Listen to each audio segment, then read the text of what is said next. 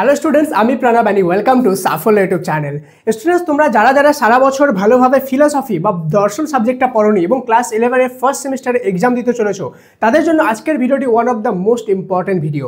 কেন কি আজকে তোমরা সারা বছর ভালোভাবে না পড়ে থাকলেও অথবা সারা বছর পড়ে থাকলেও তোমরা যদি লাস্টে গিয়ে আরও ভালো প্রিপারেশন করতে চাও, সেই ক্ষেত্রে দুই ক্ষেত্রেই তোমাদের জন্য আজকে আমি নিয়ে এসেছি ফিলসফির লাস্ট মিনিট ফাইনাল সাজেশন। এই সাজেশনগুলো যদি তুমি ভালোভাবে এক্সামে করে যাও, তাহলে তোমাদের ক্লাস 11 ফার্স্ট সেমিস্টারের এক্সামের যে দর্শন এক্সাম আছে সেটা কিন্তু প্রচুর পরিমাণে ভালো এক্সাম হতে চলেছে।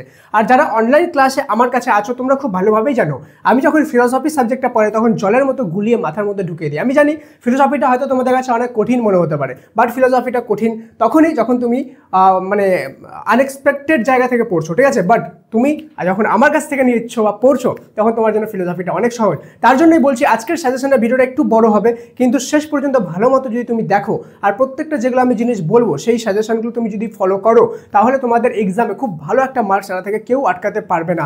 এই লাস্ট মিনিটের সাজেশন ভিডিওটা তোমাদের জন্য এতটাই ইম্পর্টেন্ট। ওকে, তো চলো বেশি দেরি না করে আজকের এই মোস্ট ইম্পর্টেন্ট ভিডিওটি শুরু করা যাক। Let's get started.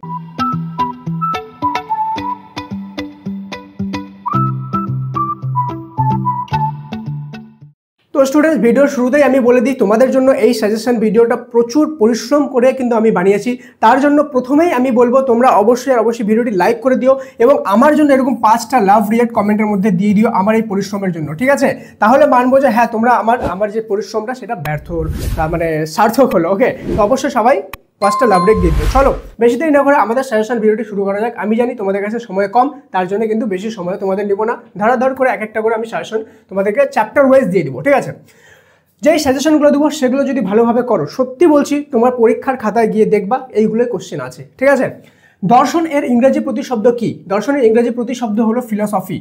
সংকীর্ণ অর্থে দর্শন মানে কি? দেখা। ভারতীয় দর্শনে যার প্রভাব সবচেয়ে বেশি তা হলো বেদ। যারা বেদে বিশ্বাসী তারা হলেন আস্তিক। যারা বেদে বিশ্বাস করেন তারা হলেন করেন না, ঠিক আছে, অবিশ্বাস করেন, তারা হলেন নাস্তিক। ভারতীয় হিন্দুদের বলা হয় আর্য। ফিলসফি শব্দটির অর্থ কি? ফিলোসফি, ওকে, সত্যের প্রতি অনুরাগ। বেদ শব্দের অর্থ ব্রহ্মজ্ঞান। বেদ কয়টি? টোটাল কয়টি বেদ রয়েছে? 4টি বেদ রয়েছে, ঠিক আছে?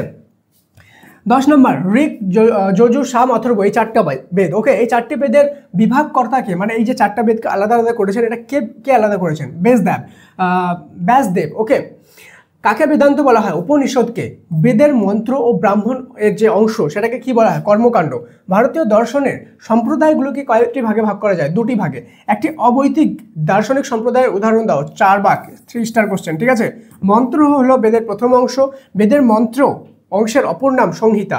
এই যে প্রথম অংশ যে বেদ রয়েছে তার নাম হলো মন্ত্র, আর এই যে প্রথম অংশের যে নামটা রয়েছে সেটার নাম হলো সংহিতা, ঠিক আছে? মন্ত্র বা সংহিতা। বেদের ব্রাহ্মণ হলো দ্বিতীয় অংশ, অরণ্যক হলো তৃতীয় অংশ, উপনিষদ হলো বেদের চতুর্থ অংশ। খুব বেশি ইম্পর্টেন্ট এগুলো কোশ্চেন, খুব বেশি একটা না একটা এখান থেকে দেওয়ার চান্স 99% রয়েছে, ঠিক আছে?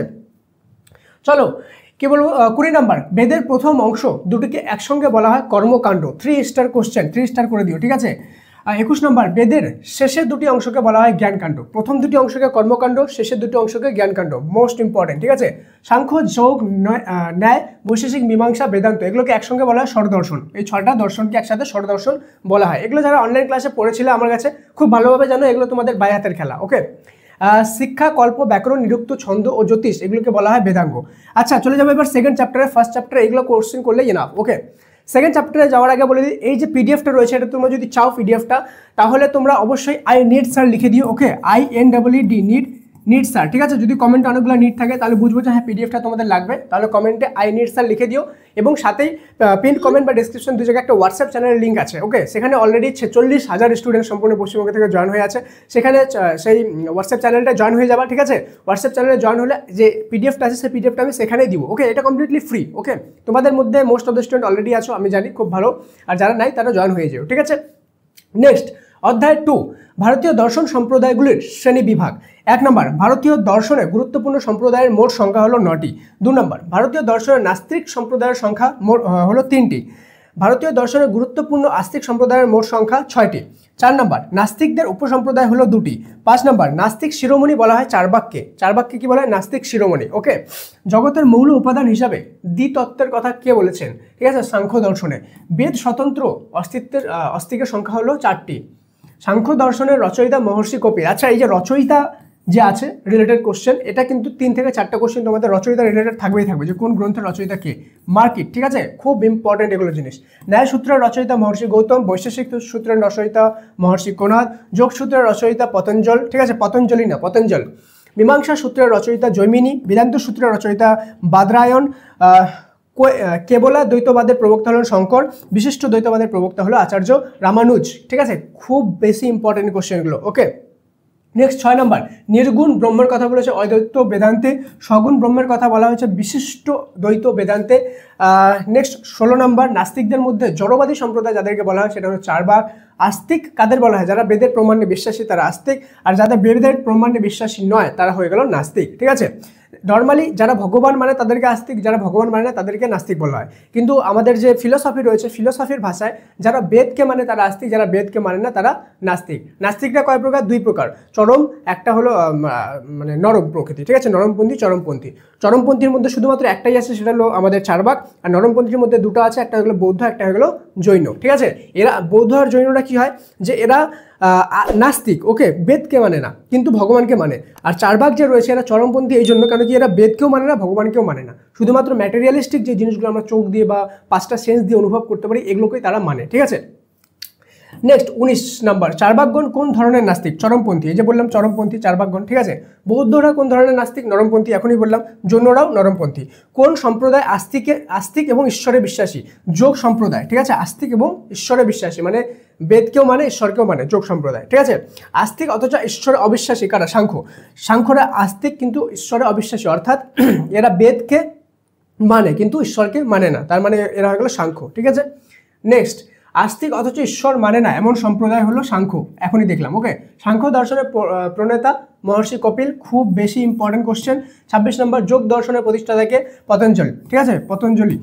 আচ্ছা, ভিডিওতে আগে যাওয়ার আগে বলে দিই, 2nd চ্যাপ্টার কমপ্লিট হলো, এবার 3rd চ্যাপ্টার দেখবো। প্রত্যেকটি চ্যাপ্টার থেকে ইম্পর্টেন্ট কোশ্চেন দেখবো। ভিডিওটা লম্বা হবে বাট পুরোটা দেখবা, তাহলে তোমাদের এক্সাম কিন্তু খুব ভালো একটা মার্কস তোমাদের চলে আসবে। আর এর বাইরে কোনো কোশ্চেন হয় না, ওকে, এর বাইরে কোশ্চেন হয় না, এগুলো থেকে কোশ্চেন হবে। কিন্তু একটা জিনিস, তোমরা যদি শুধুমাত্র কি ফিলোসফির সাজেশনই চাও, অবশ্যই না, আরও অন্যান্য সাবজেক্টেরও সাজেশন চাও, সমস্ত সাবজেক্টে যদি সাজেশন চাও তাহলে অবশ্যই MORE মোর লিখে কমেন্টে একটা লাভ রিয়েক্ট দিয়ে দিও, ঠিক আছে। আর এতদূর পর্যন্ত যারা ভিডিও দেখছো আমি সেটাও বুঝে যাবো, ঠিক আছে। অ্যাকচুয়ালি এটা শুধুমাত্র অন্য ভিডিওর জন্য নয়, এতদূর পর্যন্ত কারা ভিডিও দেখছো সেটা জানার জন্য। ওকে, সবাই মোর লেখো, তাহলে বুঝে যাবো যে হ্যাঁ তুমি এতদূর পর্যন্ত ভিডিওটা দেখছো।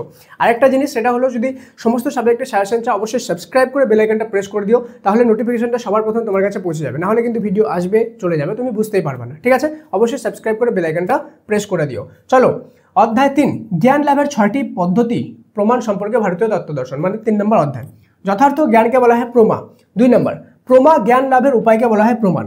ভারতীয় দর্শনে মূল প্রমাণের সংখ্যা হলো 6টি। 4 নম্বর, চারবাক মতে প্রমাণ হলো 1টি। 5 নম্বর, বৌদ্ধদের মতে প্রমাণ হলো 2টি। 6 নম্বর, জৈনদের মতে প্রমাণ হলো 3টি। 7 নম্বর, সাংখ্য মতে প্রমাণ হলো 3টি, যোগ মতে প্রমাণ হলো 3টি, বৈশেষিক মতে প্রমাণ 2টি। আচ্ছা, এখানে তোমাদের বই একটা চার্ট বানানো রয়েছে, ঠিক আছে, যে কাদের কোন দর্শনের মতে প্রমাণ কয়টি, ঠিক আছে, মানে কয়টি প্রমাণকে তারা মান্যতা দেয়, ঠিক আছে। সেই অনুযায়ী চার্টটা তোমরা 3rd চ্যাপ্টারে দেখে নিও, আর না হলে এখান থেকে পড়লে এখান থেকেও পড়তে পারো। প্রভাকর মীমাংসায় প্রমাণের সংখ্যা 5টি, ভাট মীমাংসায় প্রমাণের সংখ্যা 6টি, বেদান্তের মতে প্রমাণের সংখ্যা 6টি।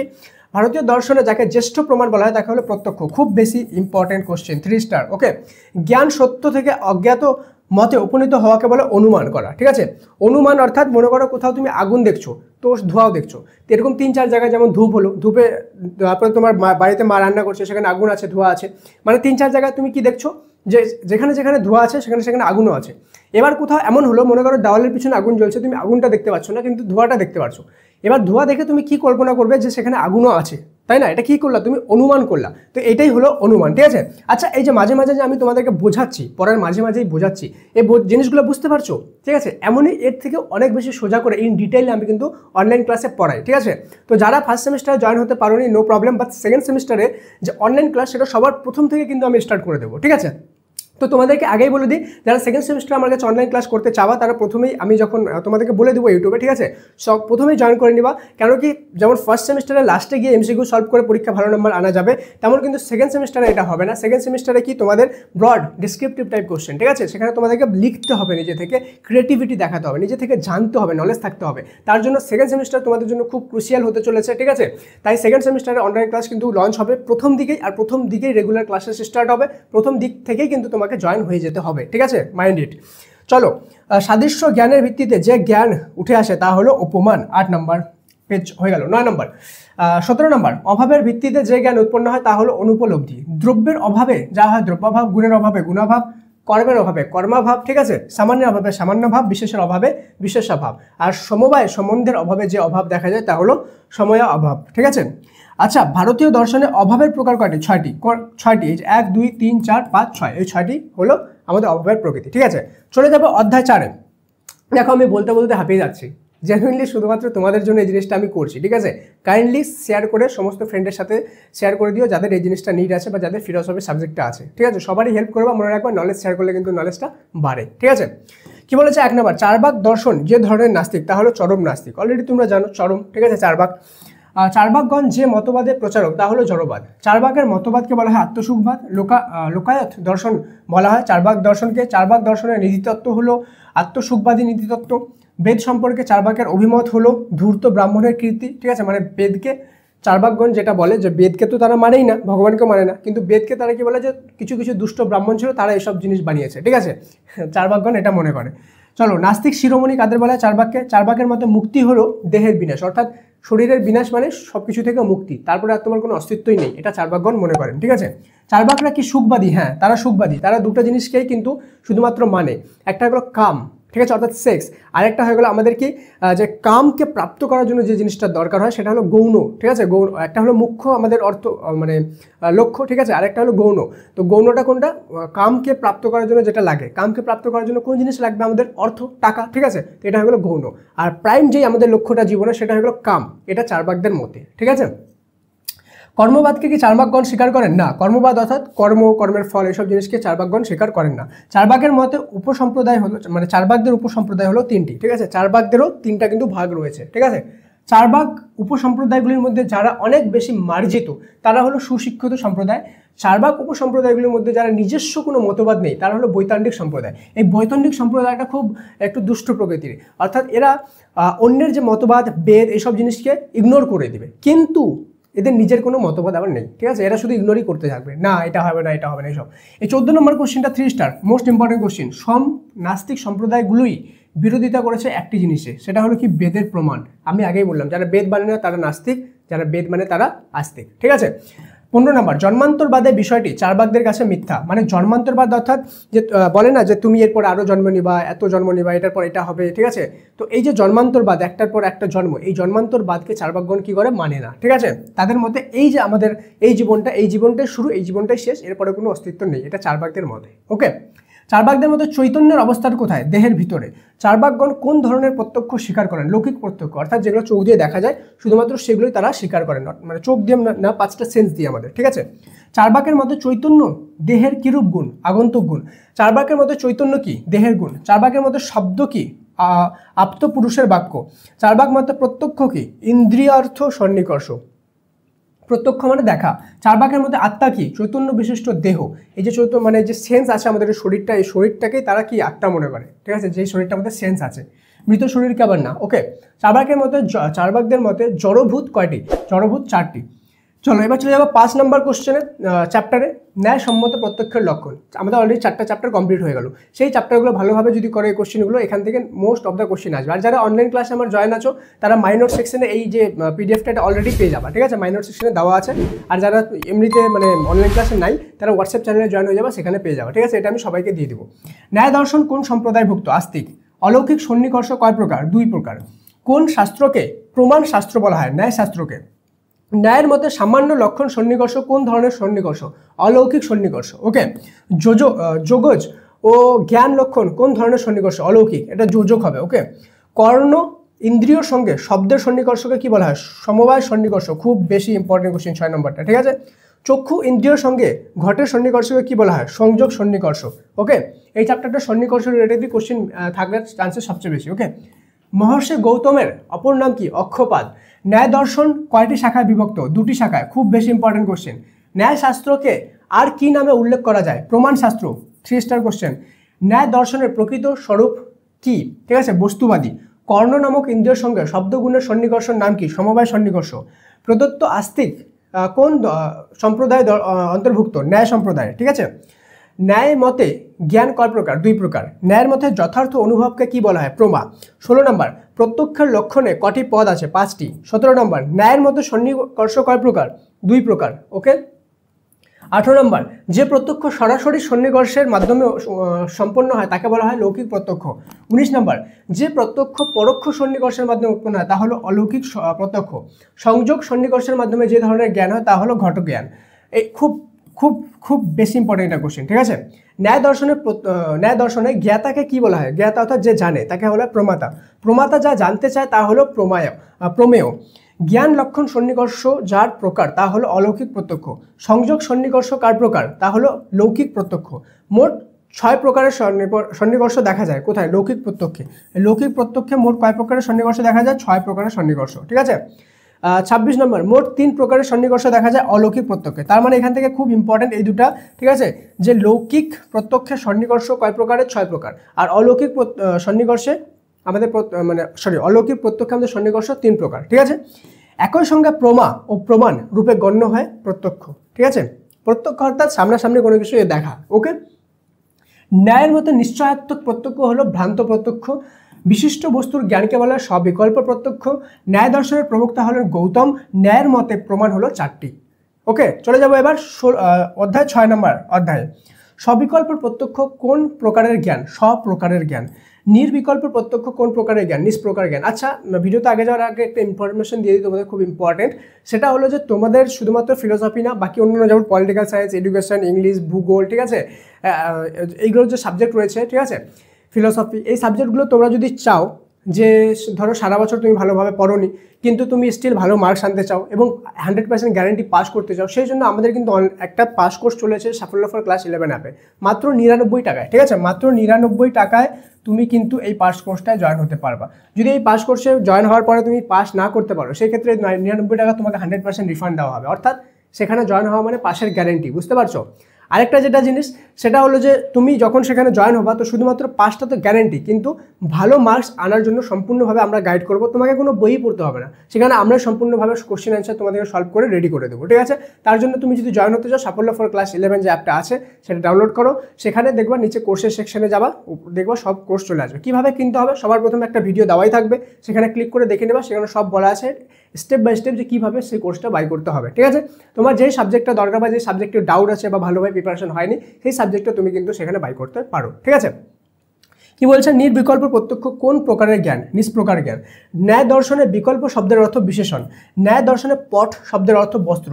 খুব বেশি ইম্পর্টেন্ট কোশ্চেন, পট শব্দের অর্থ বস্ত্র। স্ববিকল্প জ্ঞান প্রকাশ পায় বাক্যের দ্বারা। ওকে, 16 নম্বর, পূর্ব প্রত্যক্ষ প্লাস সংস্কার প্লাস বর্তমান প্রত্যক্ষ, এই তিনটাকে মিলে কি বলা হয়? প্রত্যভিজ্ঞা। 7 নম্বর, বেদের বাক্যকে কি বলা হয়? বৈদিক বাক্য। ন্যায় দর্শনে যে সম্প্রদায় অন্তর্ভুক্ত তা হলো আস্তিক। যে প্রত্যক্ষের বিচার করা হয় তা হলো সবিকল্প। যে প্রত্যক্ষের বিচার সম্ভব নয় তা হলো নির্বিকল্প প্রত্যক্ষে কোনো প্রকার বিচার সম্ভব নয়। 11 নম্বর, আমাদের সব প্রত্যক্ষই হলো সবিকল্প, বিবৃতিটি হলো মিথ্যা। ঠিক আছে, আমাদের সব প্রত্যক্ষ কি সবিকল্প হতে পারে, নির্বিকল্পও রয়েছে। ওকে, লাস্ট চ্যাপ্টার কি বলেছে? ন্যায়ের মতে ব্যাপার বিশিষ্ট কারণকে কি বলা হয়? করণ। ন্যায়ের মধ্যে যে জ্ঞানে কোনো প্রকার সংশয় নেই সেই জ্ঞানকে কি বলা হয়? ব্যবসায়ত্মক জ্ঞান। ঠিক আছে, 3 নম্বর, স্মৃতি কোন ধরনের জ্ঞান? অপ্রমা। তর্ক সংগ্রহ গ্রন্থের লেখক অন্নভট্ট। ভূতলে ঘটাভাবের জ্ঞান হলো অভাবাত্মক জ্ঞান। ন্যায়ের মতে করণ হলো ব্যাপার বিশিষ্ট করণ। ন্যায়ের মতে কারণ হলো 3 প্রকার। সাধারণ বিশ্বাসযোগ্য ব্যক্তির বাক্যই হলো অলৌকিক বাক্য। ন্যায় দর্শন ঈশ্বরে বিশ্বাস করে। ঠিক আছে, কেন কি ন্যায় দর্শনটা কি আস্তিক, তাই তো? ন্যায়ের মতে ব্যাপার বিশিষ্ট কারণকে বলা হয় করণ। এটা 2বার রিপিট হলো, মানে one of the most important question. তর্ক দীপিকা গ্রন্থের লেখক অন্নম ভট্ট। সিদ্ধান্ত মুক্তাবলী গ্রন্থের লেখক আচার্য বিশ্বনাথ। ওকে, লাস্ট পেজ। ওকে, ন্যায়ের মতে অনুমিতি কয় প্রকার? 2 প্রকার, খুব বেশি ইম্পর্টেন্ট কোশ্চেন।